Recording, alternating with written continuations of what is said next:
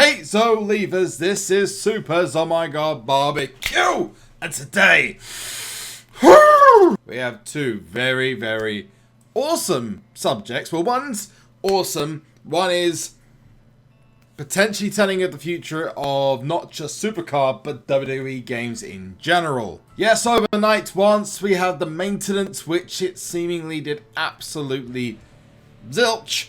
Unless we are waiting to see what it does. Maybe it might be Road to Glory based, it might be PvP based. It seems to have broke more than it's fixed. All those big changes to Road to Glory, which if you haven't seen already, the actual video is just down here. You can go and check that out. But we do have two very important things to discuss. The first is this man on the front of SuperCard, which is Enzo Amore. He is the NXT champion, and he's making his return. What did I say? Return? He hasn't been in the tier since Monster Tier, and he's going to have an event card in the game, which I'm actually really happy with. He's got a really awesome image, although, you know, they could have used one that was a little bit more updated, but, you know, I'm not going to complain. Ladies and gentlemen, it's the first ever event card in WWE SuperCard that has a top hat and a feather, so it's automatically the best card ever in the game. But yes, Enzo Amore is the newest event card that's going to come to WWE SuperCard. We would assume it's going to be a heroic card as well, so we'll have more details later. But I do have a little sneak peek at the card from one of my followers on Twitter, who also needs to talk about disappearing superstars. You may remember that in a previous upload I did speak about Enzo Amore being given the old heave-ho out of WWE SuperCard. Not only SuperCard, but also Mayhem. It seems like other games like Champions as well, and potentially moving on to the console games as well, and what this new direction potentially means not just for this game, but other games as well for released superstars. But before we get into all of that, if you like what you see in this upload, remember to smash that like button and subscribe to the channel with the biggest possible bro kick you can. You know, I've just got an obsession with bro kicks at the moment. Is it weird that I have a really big obsession with if someone says something really nasty to me, I picture them being bro kicked in the face? Yeah. Anyway, if you like what you're seeing and you want to see more of it, don't miss a single second by making sure you press the notification button. Become part of the notification squad. Let's get right into this now. On Enzo Amore, the card is right here. Jacob Hatfield hit me up on Twitter stating that the new card had just been revealed to him, or his friend, his teammate, in a team battleground. Yes, the card has been updated. It's in the catalogue. It's almost certainly going to be this week's event card. Do we know what the changes are to Road to Glory yet? No, and I'll probably cover them off in tomorrow's upload. But you will also see that the card is pretty decent. I mean, overall, I've looked at it against all the other event cards, and it doesn't free stat anyone, although against the latest event card, Goldberg, he comes very close. Let's just put it this way, you're going to want to put toughness on this card, because anyone who put toughness on Goldberg is going to kick your ass in free stats. Getting the event card will probably be easier with this Road to Glory, so I can see more people getting it, but I can also see it being harder. Again, more discussion on that in the video that's just down here. But it also gives a chance to put some massive focus on the Fusion Chamber, Fusion Fury undercard, which is more than likely going to be completely NXT based. For example, Sasha Banks, you've got Samoa Joe as well, and I would imagine that you may even put Big E under that potentially as well if they really want to push it. You've also got the likes of Shinsuke Nakamura. Rhino was in NXT as well, believe it or not. I know it sounds crazy, but he was. You also had Braun Strowman technically, although he's already been offered as a ultimate card in the CP rewards. You got Alexa Bliss, Bobby Roode as well, and then in fact you could even go as far as saying that Heath Slater was also part of NXT, because he was one of the first members of NXT when they formed the Nexus. You got Finn Balor.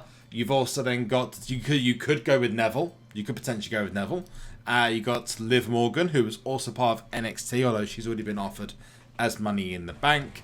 I don't know where Goldust and R-Truth come into the whole thing, but whatever. And you got Sami Zayn as well, which, you know, makes sense. And Kalisto. There's a ton of Fusion Chamber Fury undercards that could be used. When you know the undercards, let us know what they are in the comments section below. Also let me know what you think about the Andrade and Almas card. I've left it on the screen for a extended length of time so you all can see it and check out the stats and compare it against other cards. It hasn't been revealed yet by SuperCard, but the event card is going to be Almas. Which is fitting given that Johnny Gargano and him had one of probably the match of the year. I don't think it's going to be topped. Maybe Nakamura Styles could top it at WrestleMania, but I'm going to go out there and say WWE Rise that it's probably going to be match of the year. It was absolutely amazing. Him and Gargano put on an absolute wrestling clinic, and it's almost criminal to think that Johnny Gargano doesn't have this card instead of Almas. Why is Almas important? Well, Almas is important because he's an up arrow, which means he's going to be able to tag with a lot of people, Stone Cold Steve Austin's and the Gobbledygooker. In terms of the overall cards, the Gobbledygooker benefits more from Andrade Cien Almas than Stone Cold Steve Austin. We're going to play some Elimination Chamber whilst I speak about something else. This is the confirmation that we had a couple of days ago from WWE SuperCard, but I've read over it and I've seen also about what's happened in other games with regards to Enzo Amore's appearance, and I believe now he's pretty much removed from every WWE game apart from 2K18, which I wouldn't put it past them to take him out of. This tweet from SuperCard came out stating that Enzo Amore was recently released from WWE. We have removed him from WWE SuperCard. His cards will no longer appear on the draft board, in packs, or in the card catalogue. At this time, any Enzo Amore cards currently in your account can still be used.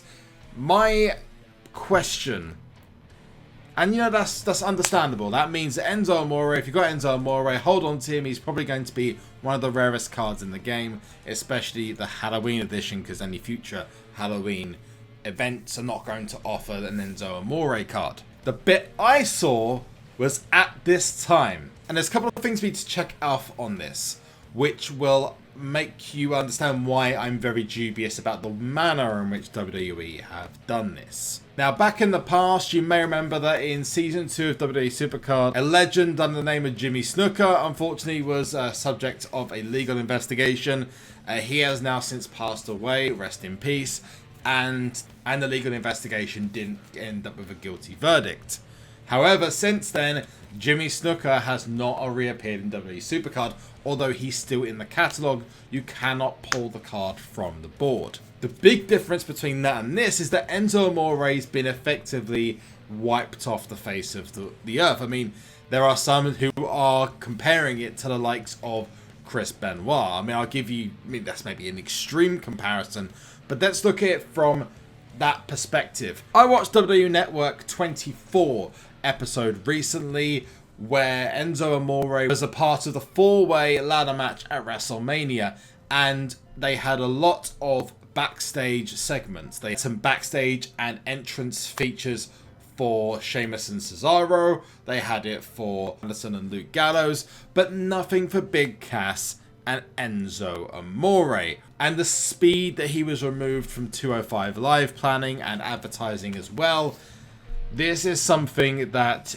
does make me think that maybe in the future it could be that WWE decide to remove characters from games so that they're not provided any either revenue or advertisements or whatnot. Now, there's also the talk of merchandising. Now, merchandising, this is a really boring conversation, I totally understand. This is about how the superstars who appear in the game make money out of the game and out of their appearances. Let's say you're WWE and you want to get yourself a Rey Mysterio event card in the game. You really want to push Rey Mysterio, maybe a Roman, that's really freaky. Maybe a Roman Reigns, which you would push, or that back in the day with Ryback, and I just got Ryback twice in a row, that's also very freaky. But a Roman Reigns, you want to push Roman Reigns, because who in WWE doesn't, and you want him to be the event card. Now, with that being said, Roman Reigns would have merchandising, which means he's got an agreement, he's got a contract to WWE. Now, if Roman Reigns was suddenly not to become Flavor of the Month for WWE or Flavor of the Millennia of WWE, however, they'll go out there and use the image of Roman Reigns because they own the rights to the character Roman Reigns, but they don't own his real name, which means that he could go to another promotion and use a different name. There's not been many people in the past who've actually ended up owning the rights to their names, the most famous ones being CM Punk, because of the amazing amount of controversy that caused. Hulk Hogan with Hulkamania. On the other scale, you got Daniel Bryan, whose name outside of WWE is Bryan Danielson, which actually just happens to be his real name. With Enzo Amore's name that he used in WWE is one that WWE gave to him. That got me thinking, why wouldn't they want him to be getting advertising rights? Why would they want him removed from the game immediately when those allegations that were put against him, and we're not going to discuss that in this video, could potentially be false? And this causes a potentially big problem for WWE, because if you're going to do it for Enzo Amore, sure, they can do whatever they want. It's their property. They can, Enzo Amore belongs to WWE. But that potentially causes a problem of, well, if you get rid of one, why aren't you getting rid of others who have left as well? The biggest one being Stardust or Cody Rhodes. Why is that a big issue? Well, Cody Rhodes has not exactly been too kind to WWE since he quit the company. Now, you've got others who have been a bit more tame, and I wouldn't say respectful, but tame is probably the best word. Their responses, like Wade Barrett, for example. With that all being said, with the fact that WWE had no real reason to remove Enzo Amore, the seriousness of the allegations against Enzo Amore weren't what got him fired. What got him fired, according to what is being spoken about widely in the media, is the fact that he did not tell the company. And in the UK, I can't talk about the US, but in the UK, there is a contractual obligation when you sign up with an employer that usually says, if you don't tell us that you are under investigation, you could be fired on the spot. Fortunately for Enzo Amore, he didn't tell them that he was under investigation for this, and it wasn't the allegations that got him fired, they only got him suspended. So what does this mean for future cards in WWE SuperCards? The ones that are at most danger at the moment, if we're going to be completely honest, are any of the old school Season 2 images. Now, we don't know what kind of agreement 2K and WWE have, but it does seem that if WWE ask you to jump, then 2K in most cases probably have to say how high. For example, we have wrestlers like Alberto Del Rio. You've got people like AJ Lee. I mean, she's not appeared in the game since, but she still has images in the game that can be used. But you've also got the likes of Austin Aries, not been very, very vocally happy with WWE as well. You've also got some past wrestlers who have moved on to the afterlife, whose families are not happy with WWE. But the biggest example at the moment of some of the current day superstars who could have this are Neville and Rich Swann. The allegations are pretty serious, and I would not be surprised if that's the last we saw of Rich Swann for quite some time.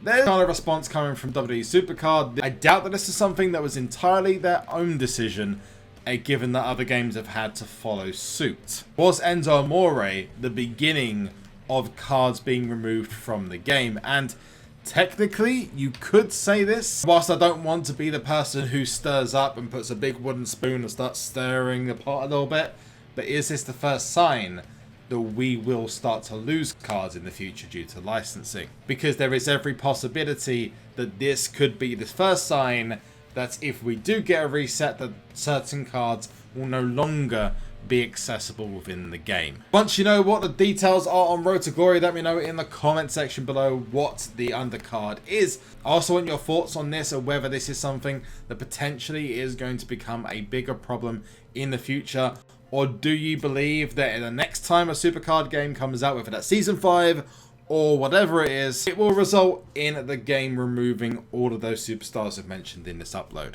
Also, in other WWE games, are we going to start seeing games removing superstars when they get released from WWE? But I've been SuperZombGBBQ, you've been awesome. To show your love, smash that like button as hard as you possibly can for Bro Kick, Sweet Chin Music, that subscribe button. Become part of the Zolivers.